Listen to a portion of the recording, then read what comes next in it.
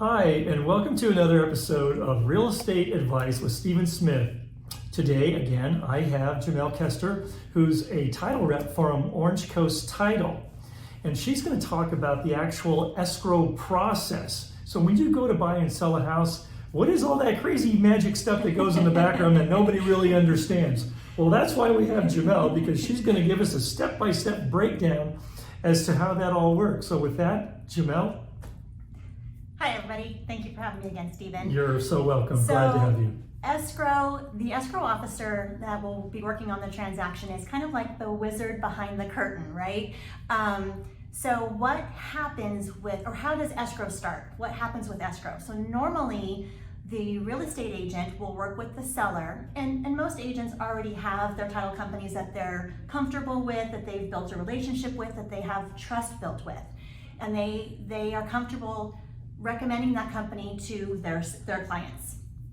So what happens is the real estate agent will write up the contract, the listing agreement, and will present it to the title company. We open escrow, and what happens from there is the first thing that we do, once we open escrow, we will run a preliminary report on the property, just to make sure that the information that Stephen has on the contract matches what we show on the preliminary report, which is like the credit report of the house.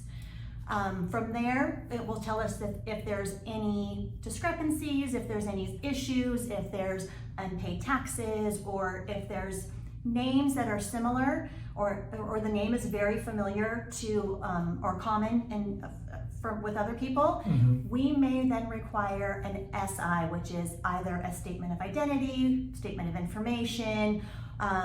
They're called this, it's the same thing, but they're called different things once in a while. And basically what that will do is it will give us more information on the person. So like Stephen Smith is a very common name. We will be able to detect on the preliminary report if the issues are actually Stephen Smith's or Stephen Smith's.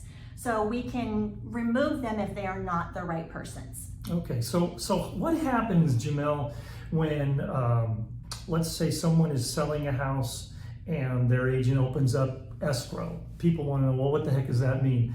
And then what are the steps that happen as far as the actual mechanics of what happens next, including things like if loan documents come in, or if it's a cash transaction, how earnest money deposit, where it goes, why title is essentially a third party, neutral party, if you will. Can you talk a little bit about that as well? Of course.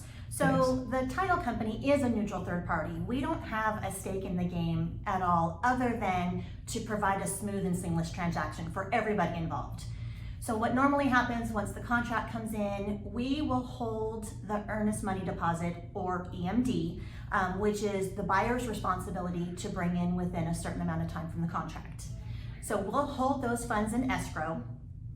We will then get everything started with, if there's HOAs with the properties, we'll get that information out. If there's solar information, we'll deal with them. We will work with the lender to start the loan documents to be processed through on that end. Once all of the pieces are dialed in and we have all the information we need, and we're coming up to the close of contract, or the closing date, close of escrow, we will then work with the agents involved, the buyer's agent and the seller's agent, and then we will schedule for the sign off of the property. So the sellers will sign with a notary or the escrow officer, and then the buyers will sign off with the mobile notary or the escrow officer.